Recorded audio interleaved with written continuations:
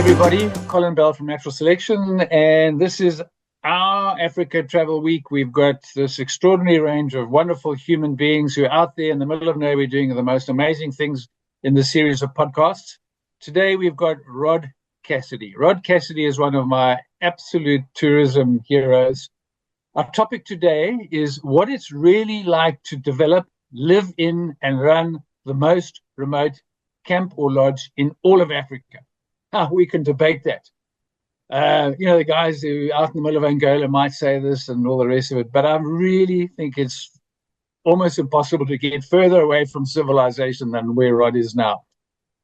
So, Rod, before you get stuck in if people often ask me, where would I like to be if I had 24 hours to live? And undoubtedly, it would be Sangha, where you are. You just changed my life when we visited you all those years ago. It's an amazing spot.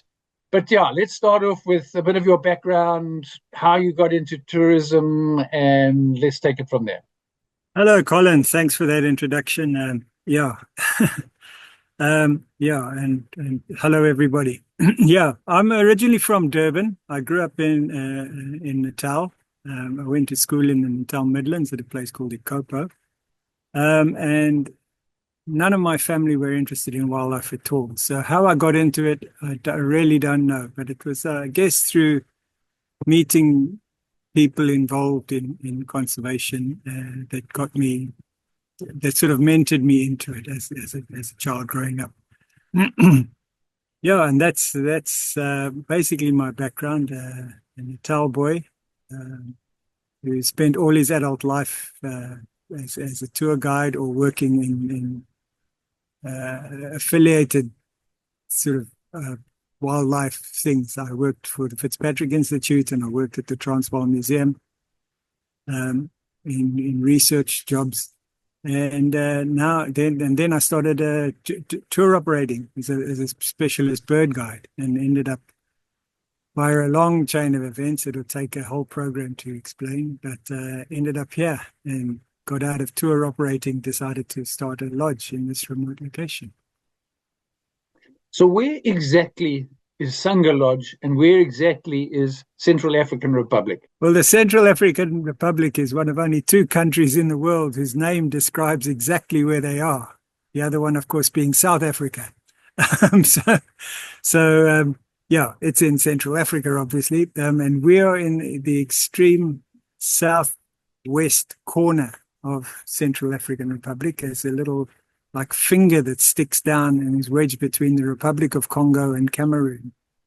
So where this camp is, if we go west of here for 30 kilometers, we hit the Cameroon border. And if we go east of here for 30 kilometers, we reach the Republic of Congo border.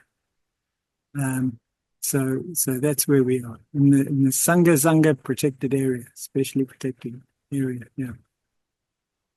And so, Rod, just give us an idea of the wildlife in that area. A lot of the people listening in are very much tourism orientated. And let's start with the wildlife, and then we can get on to the local folks and all that. Okay, so my reason for coming here is I'm particularly interested in biodiversity. So it's all very well to travel around Southern Africa and East Africa and all sorts of other places. But if you really want to see biodiversity, you go to the hotspots. And the Congo Basin rainforest is definitely the richest biodiversity in Africa. And so we have a vast amount of biodiversity. And since I've been here with camera traps and different methods of research, I've probably recorded 10 new bird species for the country and probably 10 new mammal species as well, let alone how many different reptiles and snakes and insects. But one of the most exciting things on our camera trap, we got an Allen swamp monkey, which was a big range extension from the known range of that animal. And then we've got things like 3 species of pangolin. We have anomaluas, which are these Africa's version of the flying squirrel. It's an anomaly in amongst the rodents. And I've identified 5 species here at the lodge, in the lodge area. So there's an amazing biodiversity here. So if you're looking, the mammal twitchers rate this as the top mammal destination in the world. Because not only do we have this, but we also facilitate mammal watchers going out to see mammals, these mammal tickets. They're like the bird watchers, birders, but they are this growing group of mammal tickers in the world now. So Sure. yeah, it's a fantastic area to live. And you haven't even mentioned lowland gorillas. You haven't mentioned forest elephant. You haven't mentioned the buffalo, the giant forest hog, the Sitatunga, the Sitatunga. I always thought Sitatungas were individuals. Herds of Sitatunga. Come on, give us. Yeah, well, we've got all the charismatic stuff, but to me, the diversity is what makes us great. I mean, you could stand in one spot with a macro lens and you could take 100 photographs of something fantastic without moving from one spot. It's the diversity. But besides that, I mean, we do have gorillas. We have lowland gorillas. We had 3 habituated groups, which unfortunately all tragically died within a year of each other. The silverbacks died, so the groups dispersed. But first of the new habituated groups will be opening to tourists in September. So from this year, we'll be having gorilla tracking on the menu again. Zangabai, as you know, Colin, is iconic. It is just amazing. You up to 150 forest elephants on any day, forest buffaloes. Often you get bongos there. It's probably the best place in the world to see bongos. Sitatunga occasionally. We used to get lots of Sitatunga, but I believe a leopard took them all out. We found it easy pickings for the Sitatunga in Zangabai. We get lots of Sitatunga, but not at Zangabai anymore. We have to go to some of the other bais to see them. We've got 17 species of primate here. We just had Russ Mittermeier, one of the world famous primatologists, visit last year. And he said 17, that makes it equal to the top in the world. There are other places in Madagascar with 17 species of primates. So it's pretty diverse as species of primates go. We've got it's just fantastic to see wildlife and birds. Don't even think about it. Picathartes, the rockfowl, which is an iconic bird of the rainforest. That's I discovered a population of that here, which was about 100 kilometers further west of its known range at the time when I started here. Further east, I should say, of its known range. But the population here is probably equal to the known population in the rest of the world at the moment. But I've never actually done the work to prove that. I need somebody young and fit and keen, which I'm sure there's a lot of birders who'd be interested in doing that, but I need to maybe find them one day. And yeah, the bird diversity is vast. The butterflies alone, I mean, 2,000 species of butterflies, possibly more. Yeah, I've identified 200, so I think I'm great, but there's many, many more than I've identified. Yeah, it's just incredible. But besides the trees, we've got a walk that I during my explorations, I discovered this valley in one of the hilly zones to the west of us. It has the biggest trees. I call it the Valley of the Giants, and it's a walk that people do on a trip if they decide, okay, they want a day not to do too much, they just want to do that morning walk.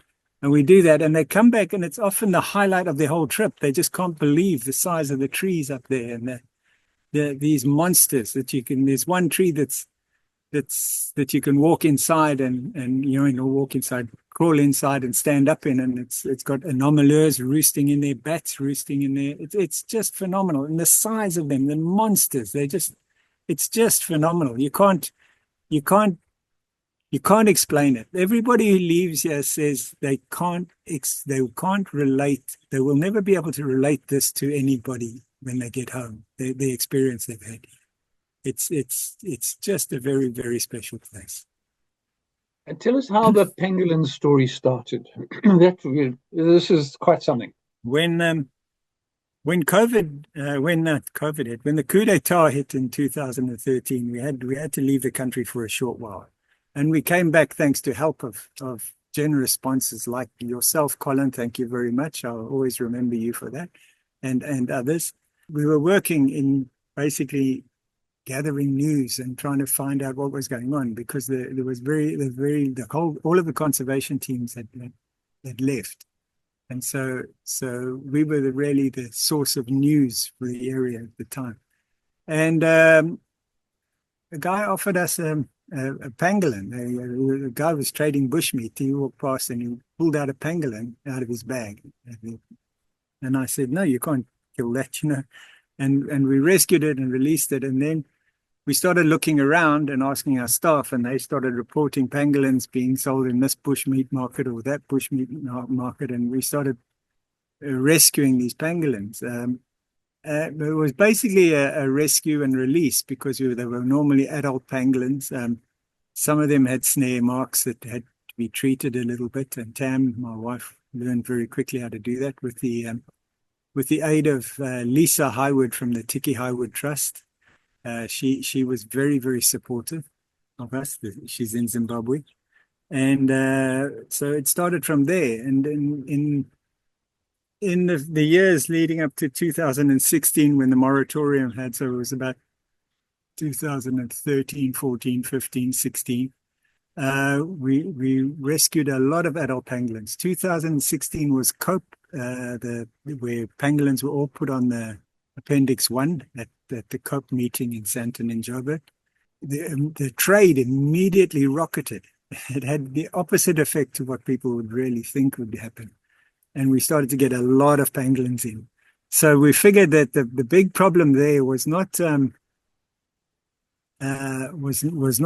people were getting them for bushmeat anymore. It was now they were trading them. So we had to make people aware that these things were protected. So together with partners, we lobbied for them the government to acknowledge that they're a protected species now. And then all we had to do was involve the communities, get them to take some sort of ownership, and also point out that it was against the law. And so with our community outreach programs, we managed to, we don't get pangolins in the bushmeat markets anymore, which is fantastic. And we still see pangolins. Well done, we see pangolins. So in about 4 years, we rescued about 120 pangolins, 110, 115 pangolins, somewhere around there. And in the last 4, 5, 6 years, we've probably had 6 pangolins come in. So it's been, I think, successful. So although people don't see, the rescue pangolins when they get here anymore, we're quite happy that we don't have to rescue them anymore. And what, you released them into the wild and they're just readapted?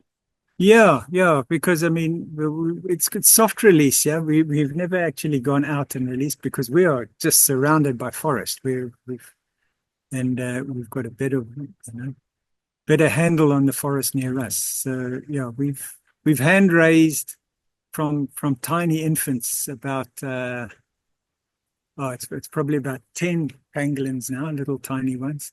And those are very, very special. Once you've hand raised a pangolin, there's no going back. I mean, there's nothing quite like it. Sure. And those are the ones we've got the most information from, because they when we've released them, when they release themselves, so they go out and come back. They go out and come back. I mean, this one, the first pangolin we had, used to go out in the morning with his pangolin helpers. They would walk behind him, and he'd walk out from our room. He used to sleep in our room, sometimes under my pillow. It's a black-bellied pangolin, so they're diurnal, they're not nocturnal. And he would walk out and go rummage around in the forest all day, and then walk back, come into the room, have a drink of water from the basin, and then climb under my pillow again. It was crazy. It's crazy. But he eventually rewilded himself, just didn't come back after a while. And we followed him for, I think, 3 years, or her. It was a her, actually. Wow. And we've done that with several now. I think we've got 4 or 5 that we've done that with black bellies. And most of the range data and a lot of the behavioral data that we know about black belly pangolins, it comes from those animals that we followed with a team of Ba'aka, so we employed them. Yeah. And Rod, your local communities, give us a sort of summary of who you've got around you, how you integrate, all that type of stuff. Okay, so the communities are divided into 2 major groups, the Bantu and the Ba'aka. So the Bantu people are divided again into 2 groups. The Sangu people who live on the river, the original Bantu people from here, and then the immigrants who've come from the north. All the Central Africans have been to hell in a handbasket since independence, with Ukasa and all sorts. So they see everything as hope. They're the most optimistic people you'll ever meet. They're the nicest people you'll ever meet. We get on really well with the local communities. But as I say, they're divided into these 2 or 3 groups, the Sangu and the immigrants, and then the Ba'aka people. The Ba'aka people are treated they're looked down upon by a lot of people. So there's a human rights department now with the new progressive management of the park that look after the human rights specifically of the Ba'aka people, so that they don't get too abused anymore. So their situation is improving, but they are real hunter-gatherers. They do work for us. We do have them working for us. There's doing labor and stuff during the days and stuff. But their real passion is just to be in the forest. And so anytime we do, even just cleaning paths in the forest is something they love doing, rather than cleaning paths in the camp, or digging a hole. They'd rather, if the hole was being dug in the forest, they wouldn't mind. In the camp, they do mind. They just love the forest. The forest is the warm place for them. It gives them everything. It gives them food, it gives them water, it gives them shelter, it gives them everything. They're just the coolest people, and superb trackers, really superb trackers. You can take, any Ba'aka can track. They're just amazing. But so just for the folks out there, we've all heard about the pygmies, and I know it's not PC, but for folks, that's who Rod's talking about. The original hunter-gatherers in the forest, small little guys running around, unbelievable trackers. I mean, I'll never forget our experiences with them in the forest. They just really were the most in tune people I've ever found in the forest. Extraordinary. And they really are. And they don't supplies from. They don't mind the word. Where do we get our supplies from? Everywhere. This is really a good skill set to have when you get your procurement. Yeah. So yeah, you have to be very opportunistic and get your supplies whenever you feel the transport coming.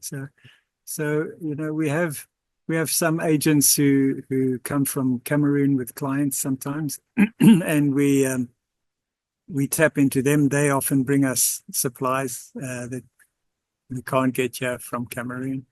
We can't obviously bring a lot because they also bring in their clients in their vehicles, so they can't do that. Whenever we get people coming from Congo, we try and get supplies from Congo, and then also from Bangui, the capital. We get a lot of our supplies, especially stuff like cheese and butter and bacon from Bangui. Because we have flights coming from Bangui. It's only an hour flight from here to Bangui. So if you had to drive from you to Bangui, how long is that drive?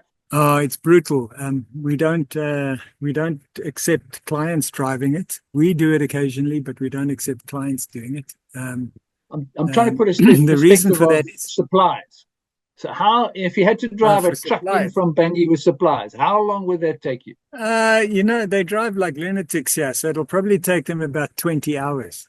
But so there's no running around the corner to go and get a cup of sugar if you've forgotten about your sugar. Yeah, no, we've got traders in town. We have merchants in town. There's a guy in town who runs the hardware shop in town. I mean, he gets you just about anything you want in the line of hardware. Of course, you pay a premium for it, but I mean, good on him, you know. So spare parts for Land Cruisers, he gets anything, but it takes time.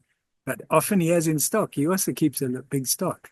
It's more the more challenging things are the fresh goods like salads and decent fresh vegetables. That's probably our hardest challenge to get and keep here. And growing stuff here is, unless you're going to invest a lot of money in insect protection, is almost impossible.